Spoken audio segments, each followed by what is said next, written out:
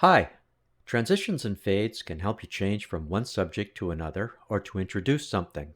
You can use them on photos and videos and on audio. You may have read in the manual that professionals use transitions sparingly, preferring a hard cut. This works fine for most things, but there are times when you want a way to highlight scene changes or you just want something fancy. In this part 1, we're going to look at what transitions are, how to create them, use and modify them using the standard tools. Starting with storyboard mode, timeline mode, we look at fades on a clip, what a transition is, making manual transitions and removing them, the impact on transitions of various mouse modes, and ways to make transitions on trim clips, and finally, differences between the storyboard and timeline menus. At the end, we'll get some bonus tips. In part 2, we'll look at using some of the different types of transition templates and sources of third-party transitions. In part 3, we'll look at the object and edit trimmers.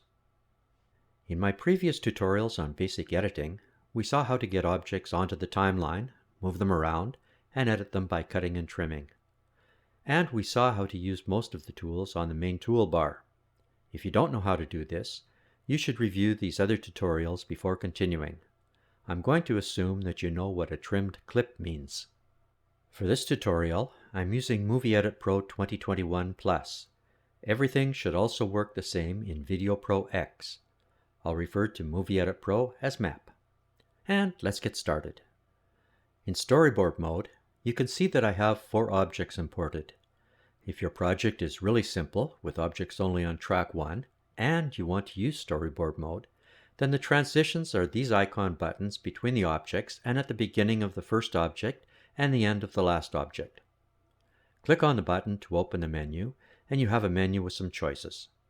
Near the bottom are some preferences. List view is checked by default. Uncheck this to see the icon view. Show all transitions shows the list of categories of transition templates. We'll see this in the next tutorial. Since this is the first object, I'll put a fade in on it, and it plays back. By default, fades and transitions are 1 second long. How do I know this? Click on the icon button and select transition length at the bottom of the list. The box shows 1 second. The format is minutes, seconds, and frames, not fractions of a second, but frames. In North America, using the NTSC format, there are 29.97 frames per second. In other areas, using the PAL system, there would be 25 frames per second. You can adjust the duration here. Playing back or dragging the playback marker shows a fade in from black. Note that the icon has changed from 2 vertical bars to incline bars, illustrating the type of fade or transition. I'll click on the next button between the first and second objects. The list is slightly different. There's no fade in, but there is crossfade and fade through black. At the bottom are selections to apply the transition to all or to all of the following objects. I'll select the simplest transition, a crossfade. The transition plays back in the preview monitor. Drag the playback marker slowly with the mouse and you can see that the first video fades out as the second video fades in. Note that the transition button has changed to illustrate a crossfade. Click on the transition button again and the transition length has been added to the bottom of the menu. For the next transition, I'll select Fade Through Black. Again, the icon button has changed, and the left video clip fades to black, and then the right video clip fades in. I don't like working in storyboard mode because I can't see what's really happening. Switch to timeline mode. Now you can see that I actually have more than just the 4 objects. I have 3 video clips and 1 photo on track 1. I also have a title on track 3 and an audio object on track 5. You can't see these other objects in storyboard mode. Since the audio is affected by transitions, we need to better see the audio part of the video files on the timeline, especially if we want to modify the audio transitions separately from the image. To do this automatically upon import, open File, Settings, Program, or shortcut Y, and go to the Video Audio tab, and under Timeline, uncheck Video Audio on 1 track, and decide whether or not you want to see the whole waveform or only half. I use half waveform, and I always edit with the audio on a separate track. Since we already have video objects on the timeline, we can get the audio to show up on a separate track by right-clicking on a video clip and selecting audio functions, video audio on separate tracks. I'll select the other video clips and do the same thing, but using the shortcut Ctrl-H. Now we see the audio part on track 2. Note that the video part on track 1 is grouped with the audio on track 2, so moving one will move the other. With audio-video on separate tracks, you can mute the audio without turning off the video. In Video Pro X, there are separate buttons for muting audio and turning off the image, but not in Map. We'll start with fades, like fade in and fade out. We made a fade in while in Storyboard mode, and we can now see the effect. To make a fade in, or to adjust it, simply drag the upper left handle, or click on the icon button as before and select Fade In. Click on the icon button and select Transition Length at the bottom of the list to adjust the duration. I'll remove the transition between the first and second objects. With this first object selected, note that there is no icon button at the end. Thus, to make a fade out at the end of this object, drag the upper right handle to the left. As soon as you do that, there's now a fade icon showing, and you can click on it to adjust the duration of the fade out. I'll do the same at the beginning of the next clip. Playing it back, we see that the left clip fades out to black and the right one fades in from black. This is known as a fade to black transition without actually making a transition. Remember that I made a fade to black transition in Storyboard mode by selecting the preset, but this time I made it manually. So what is a real transition? The track sequence in Map is such that the background is the lowest track number, not a lower position on the timeline. I'll remove the fade in, drag the second object down onto track 3, and slide it to the left. It covers the track 1 object. Thus, whatever is on track 3 will cover whatever is on a lower numbered track, and so on. There is still a fade out on the object on track 1. I'll make a fade in on the second object. Now scrubbing along the overlap, we see the first object fading out as the second one fades in, the same as a crossfade. This is the basis for transitions.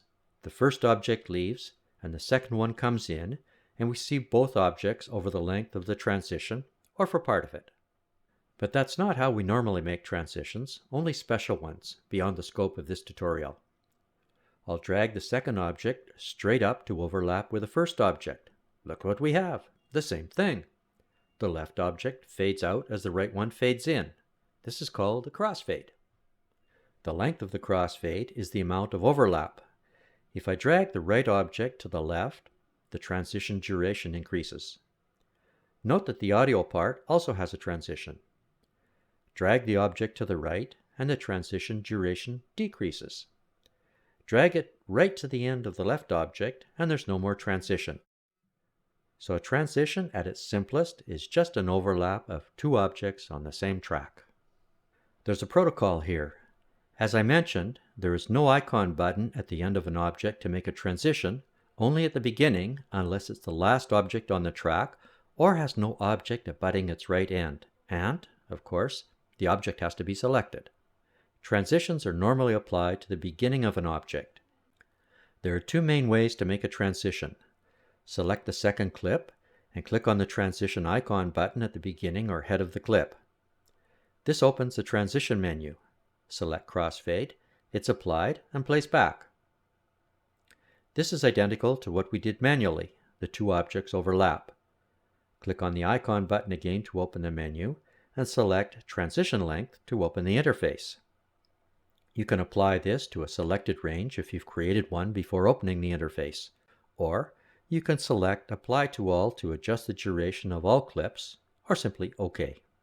Again, what is really happening? Applying a transition simply moves the second object to the left over top of the left object. I'll remove this transition. There is a major difference between using the menu and dragging one clip over another. I have more objects to the right of the selected object and some on other tracks to the right, including a title and some music. Watch what happens to these when I use the menu to create a crossfade. All of the objects to the right and on other tracks move to the left when the transition is made, despite whatever mouse mode I'm in. I'll undo that. I'm in mouse mode for an object. Now I'll drag the right clip over the end of the left one. The other objects don't move, but a gap opens up to the right of the clip. That will have to be closed up.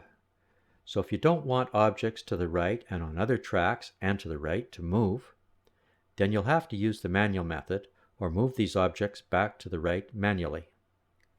To remove a transition, use the menu Cut No Fade. This too moves everything else to the right. Other ways to remove a transition are 1. Drag the clip to the right so that there's no transition. Or 2. Drag the bottom left handle towards the right, which effectively trims the clip and reduces the transition duration or removes the transition. Or 3. With the left object selected, drag the top right handle towards the left. I'll undo that. With mouse mode for a single track, I'll do the same thing and only the objects on that track move to the left. Undo. And with mouse mode for multiple tracks, moving the clip moves everything that is at the right.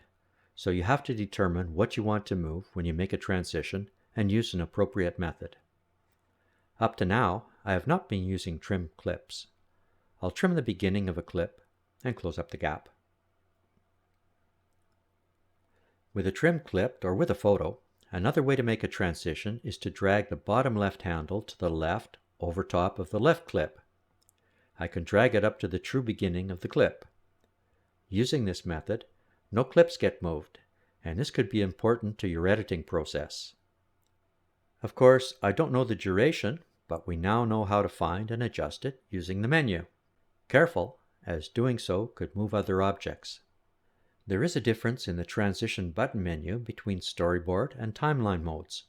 In Storyboard mode, there is Apply to All and Apply to All of the following objects.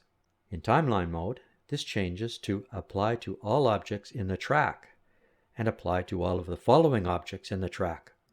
This is because we don't see tracks in Storyboard mode, but we do in Timeline mode. Note that Apply to All objects includes any objects that come before the selected object. Note also that there's no option to apply to all transitions on all tracks. As well, if you have transitions on other tracks, then the menu there has no options to apply the transition to other objects on that track. You can change the position of the audio transition independently of the video and create J&L cuts by holding down the Alt key and dragging the end of an audio part. Of course, you will likely need to be using trim clips for some of these. Here, I'll move the audio transition to the left and back. Here is a J cut.